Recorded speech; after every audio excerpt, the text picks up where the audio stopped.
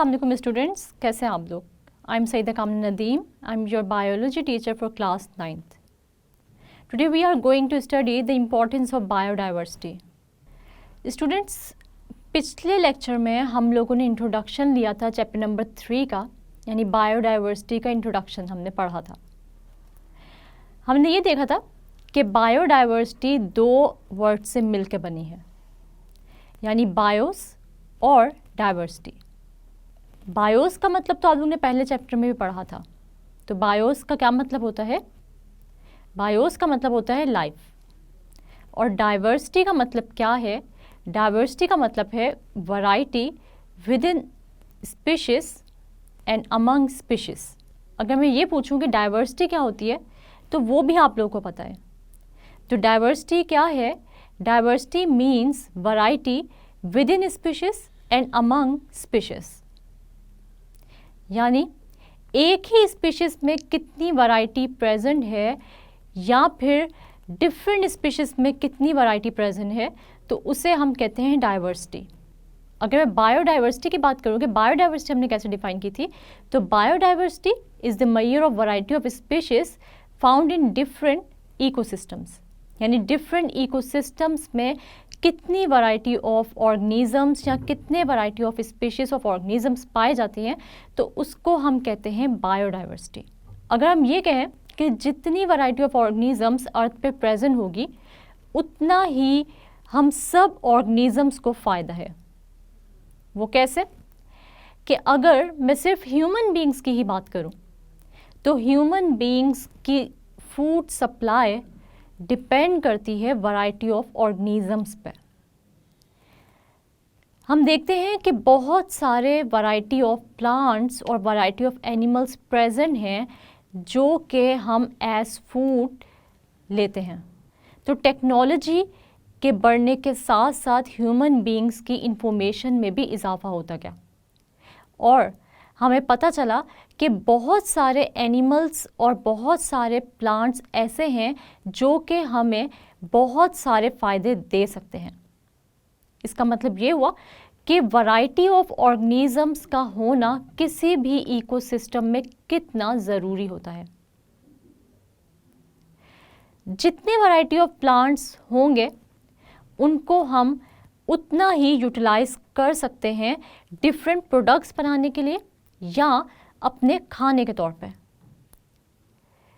पहले इंसान को इतने ज़्यादा फ्रूट्स का भी इल्म नहीं था, ना ही इतनी ज़्यादा वेजिटेबल्स का इल्म था कि जिसको हम इस्तेमाल कर सकते हैं अपने फूड के तौर पे।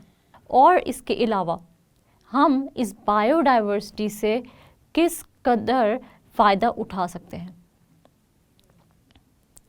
तो सबसे पहले तो ये कि हमारी फूड सप्लाई या हमारा फूड ही डिपेंड करता है इस बायोडाइवर्सिटी पे।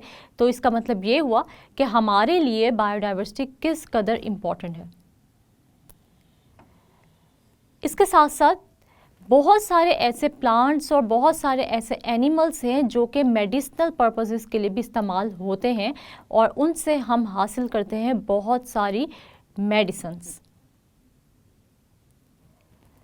बहुत सारे प्लांट्स ऐसे हैं जो कि ऐसे केमिकल्स रिलीज़ करते हैं जिनमें ड्रग मॉलिक्यूल्स होते हैं। जैसे अगर मैं एक सिंपल एग्जांपल दूं आपको, तो हमने अभी पिछले ही चैप्टर यानी चैप्टर नंबर 2 में स्टडी किया था, मलेरिया के ट्रीटमेंट के लिए एक ट्री की बार्क इस्तेमाल हुई थी जो कि थी क्यूना क्यूना। साथ साथ हमने सिंकोना बार्क के बारे में भी स्टडी किया कि सिंकोना बार्क में भी ड्रग मॉलिक्यूल प्रेजेंट है क्यूनीन, जो कि इस्तेमाल होता है for the treatment of fever of malaria. या मलेरिया के अलावा भी अगर हम फीवर की बात करें तो भी क्यूनीन फीवर की ट्रीटमेंट के लिए इस्तेमाल होता रहा हिस्ट्री में। और आज भी अगर हम ये देखें कि क्यूनीन का मॉलिक्यूल ही है जो कि मलेरिया की ट्रीटमेंट के लिए मेडिसिन्स में इस्तेमाल होता है। इसी तरह बहुत सारे एनिमल्स हैं जिनके बॉडी से ऐसे केमिकल्स रिलीज़ होते हैं जो कि इस्तेमाल होते हैं डिफरेंट मेडिसिन की कॉम्पोजिशन में। तो हम ये कह सकते हैं कि बायोडाइवर्सिटी ना सिर्फ हमें फूड सप्लाई करती है बल्कि हमें बहुत सारी मेडिसिन्स भी प्रोवाइड करती है, और इन मेडिसिन्स को लेकर हम बहुत सारी डिजीज़ की ट्रीटमेंट करते हैं या फिर बहुत सारे डिजीज़ से बच सकते हैं। इसी तरह बहुत सारे केमिकल्स ऐसे हैं जो कि इंडस्ट्रियल लेवल पर भी इस्तेमाल होते हैं और वो हम हासिल करते हैं डिफरेंट माइक्रो ऑर्गेनिजम्स, प्लांट्स या एनिमल्स की वैरायटीज से। स्टूडेंट्स, अगर हम देखें कि प्लांट से हासिल की हुई गम्स, एडहेसिव्स और फाइबर्स, इसके अलावा बहुत सारे डाइज बनते हैं, बहुत सारे केमिकल्स बनते हैं जो कि डिफरेंट प्रोडक्ट्स बनाने में इस्तेमाल होते हैं। इसी तरह अगर हम लोग माइक्रो ऑर्गेनिजम्स की बात करें तो माइक्रो ऑर्गेनिजम्स भी हमारे लिए बहुत सारी प्रोडक्ट्स प्रोड्यूस करते हैं, क्योंकि हम बायोटेक्नोलॉजी को यूज़ करके डिफरेंट माइक्रो ऑर्गेनिजम्स में जीन्स इंसर्ट करते हैं और अपने डिफरेंट हार्मोन्स या डिफरेंट एंजाइम्स उन माइक्रो ऑर्गेनिजम्स में प्रोड्यूस कराते हैं। जैसे अगर एक कॉमन एग्जांपल मैं आपको दूं तो वो है इंसुलिन की। हम बैक्टीरिया को यूज़ करके इंसुलिन प्रोड्यूस करा सकते हैं, और ऐसा डायबिटिक पेशेंट जिसमें पेनक्रियास इंसुलिन प्रोड्यूस नहीं कर रहा तो वो कमर्शियली या मार्केट से वो इंसुलिन लेकर अपने बॉडी को दे सकता है। और ये इंसुलिन कहाँ प्रोड्यूस हुई है?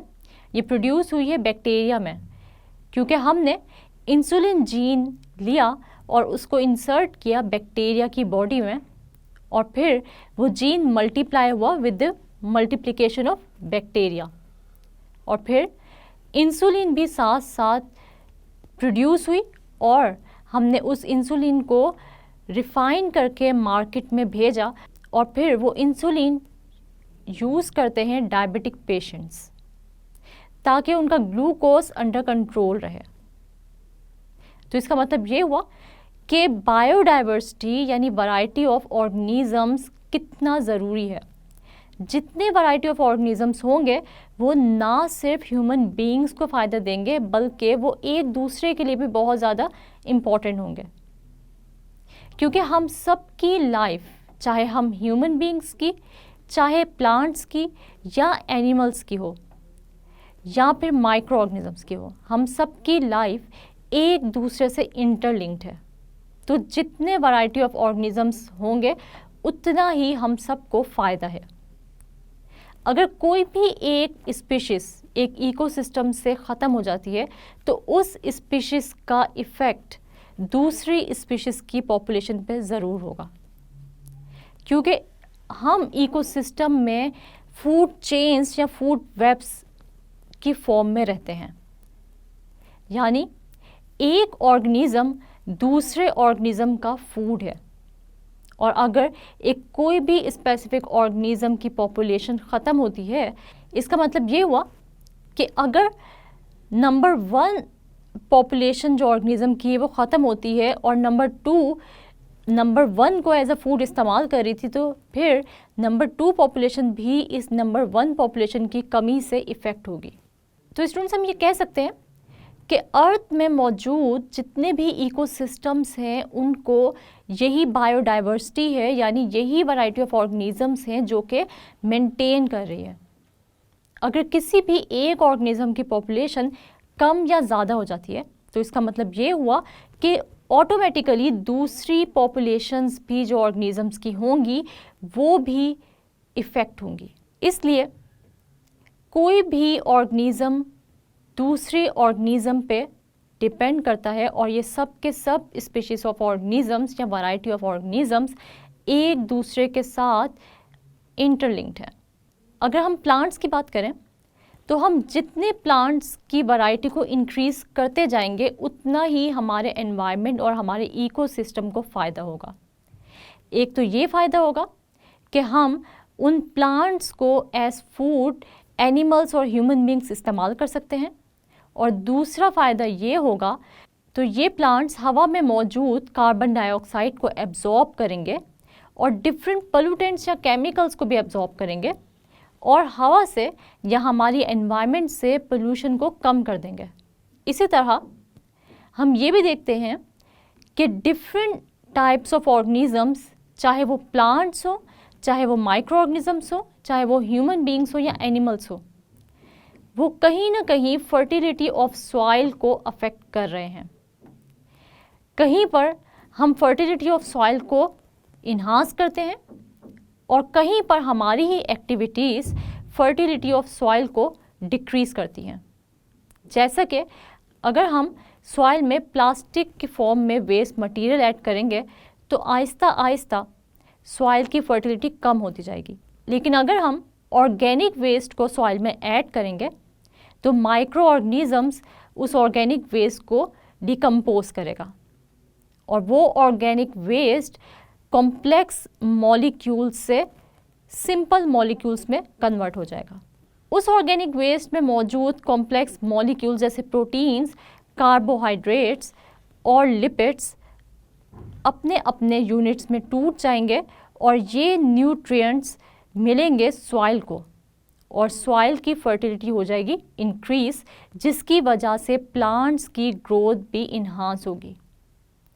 इसका मतलब ये हुआ कि यहाँ पर अगर हम देखें तो वैरायटी ऑफ ऑर्गेनिजम्स या बायोडाइवर्सिटी ऑफ ऑर्गेनिजम्स कितनी ज़्यादा इम्पॉर्टेंट है और हम सब की लाइफ एक दूसरे से कितनी ज़्यादा इंटरलिंक्ड है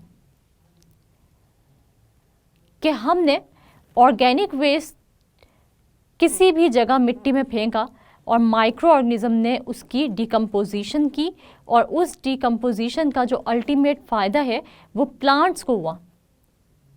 लेकिन ये फ़ायदा सिर्फ प्लांट्स को नहीं होगा, जितनी ज़्यादा प्लांट्स की अच्छी ग्रोथ होगी उतना ही फ़ायदा हमें भी होगा और एनिमल्स को भी होगा, क्योंकि उन प्लांट्स से हमें हासिल करना है बहुत सारा फूड और साथ साथ हासिल करने हैं डिफरेंट केमिकल्स और मेडिसिन्स। तो इसका मतलब ये हुआ कि बायोडाइवर्सिटी हमारे लिए कितनी ज़्यादा इम्पॉर्टेंट है। तो हम ये कह सकते हैं कि किसी भी इकोसिस्टम में या फिर अर्थ पर मौजूद न्यूट्रिएंट्स रिसाइकिल होते हैं इस बायोडाइवर्सिटी की ही वजह से।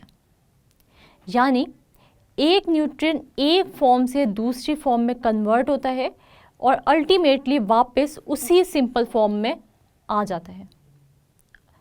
जैसे कि अगर हम लोग कार्बन या नाइट्रोजन की रिसाइकलिंग को देखें तो हमें पता चलता है कि नाइट्रोजन या कार्बन अपनी सिंपल फॉर्म से कॉम्प्लेक्स फॉर्म में कन्वर्ट होता है, प्लांट्स और एनिमल्स की बॉडी में जाता है और वहाँ पर डिफरेंट स्ट्रक्चर्स की कॉम्पोजिशन में हेल्प करता है।